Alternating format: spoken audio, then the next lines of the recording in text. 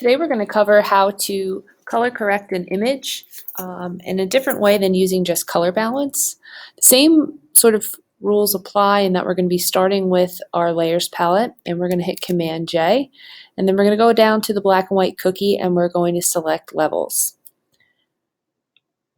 As we know already, we're going to move the black triangle to the end of the mountain peak and the white triangle to the end of the mountain peak. Now, a lot of times students ask, well, how do you know where to necessarily move it? Is it at the very end, or can you kind of modify it to your liking? At this point in the semester, you should be able to change it to how you feel it looks best and go from there. So rather than jumping right into our color balance, because there isn't really much to edit here, looks a little bit on the blue side, so I can go in and select that slider and kind of warm it up if I want. But let's just say, for instance, there's a part of your image, maybe you took a picture of a fire hydrant and it's yellow, or in this case we have our lime, it's green, but we really want that color to pop. We're going to go down to our black and white cookie and we're going to select hue and saturation. Now this is another way that you can edit the color in your image.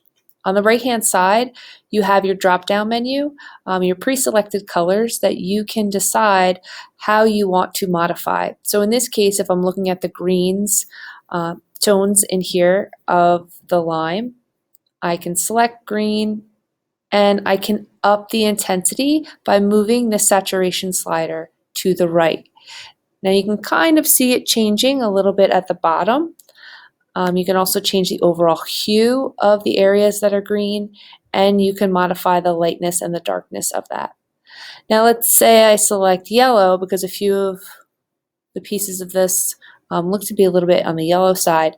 You can again up the saturation and you can see that it's way more intense than it was.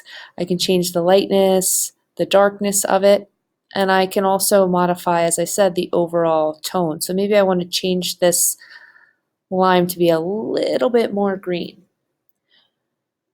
Go back to your layers palette and the finishing touch, you can go to your brightness and contrast. You can up your brightness if you want, if you feel like it's overall a little bit too dark, and you can up your contrast. Now looking at the image, it looks pretty good, but maybe there's some areas that I want to make even brighter, but I can't necessarily go into my brightness and contrast slider and make it too bright because I lose a lot of the detail in other areas that are important. So in the next tutorial, I'm going to show you how you can dodge and burn your image.